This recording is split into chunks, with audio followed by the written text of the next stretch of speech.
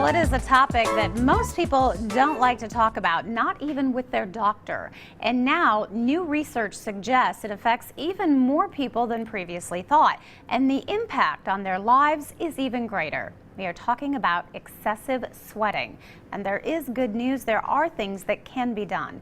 Dr. Richard Jackson from Changes Medical Spa joins us now with more on this, and always good to have you back on the show. Thank you. Good to be here. Well, first of all, this is a medical condition that people are suffering from. Right. And it's what we're talking about. There are two types of hyperhidrosis. One is generalized increase in sweating, and that's usually caused by either some medical condition or sometimes side effects to a medication. And the goal of treatment there is just to identify what it is and eliminate the cause. But the kind we're talking about today is primary, it's also called primary focal hyperhidrosis. And that's the kind where people have one or more body areas where there's really severe excessive sweating, but it's not a whole body condition. Usually it starts when the person wakes up, lasts until they go back to sleep. It begins around the time of puberty, give or take a few years. It often is inherited, and it is basically a neurologic condition. The disorder is in the sympathetic nervous system, although we don't know the exact cause.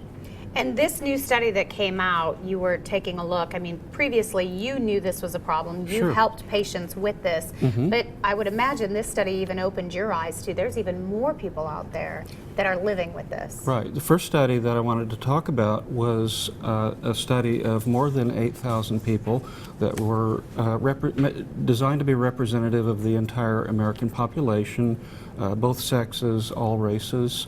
And it was a survey, and they found that about 1 in 20, that's almost 5% of the whole population, has severe sweating in one or more areas. So that was a much higher frequency than was previously thought. Out of those, about 3/4 of the patients with excessive sweating said that it was very embarrassing, that they worried a lot about it, and that it led them to avoid a lot of important activities in their lives. Yeah, it had a huge impact on their social life, even in their job and their professional careers. Right, and then the other thing was that only about half of those people with excessive sweating had ever consulted a doctor about it. And of those that did see a doctor, only about half of them ever got a diagnosis or had any appropriate treatment. So a lot of people don't go to doctors because they don't know that there's a treatment. They don't recognize that it's a medical problem, and a lot of doctors don't even understand it. Yeah, and a lot of times they're just trying to hide it, trying to deal with it the best they can, trying other products. You guys have worked with a lot of these folks and have seen some good results. Sure.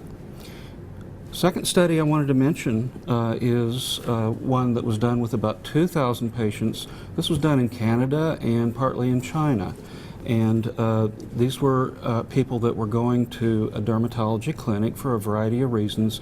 And they found that of those who had hyperhidrosis, that was the reason why they were going to a dermatologist, they had actually a 3 times higher incidence of anxiety disorders and depressive disorders. So I think that just illustrates, it was more than 20%, almost 30% for depression. And that just illustrates the severe emotional ongoing impact that the condition has for people that suffer from it. And it's so sad because if they'll just come forward, there are things that can be done. We'll give everybody your information. If this is something that you're living with, there are options and tools that can help you. It is Changes Medical Spa. It is right there on Pinnacle Drive in Johnson City. For more information on some of the procedures that can help, go to changesmedical.com. Thank And you, I'll be Dr. back to talk some more about it. That sounds great. Thank you. The preceding portion of Daytime was sponsored by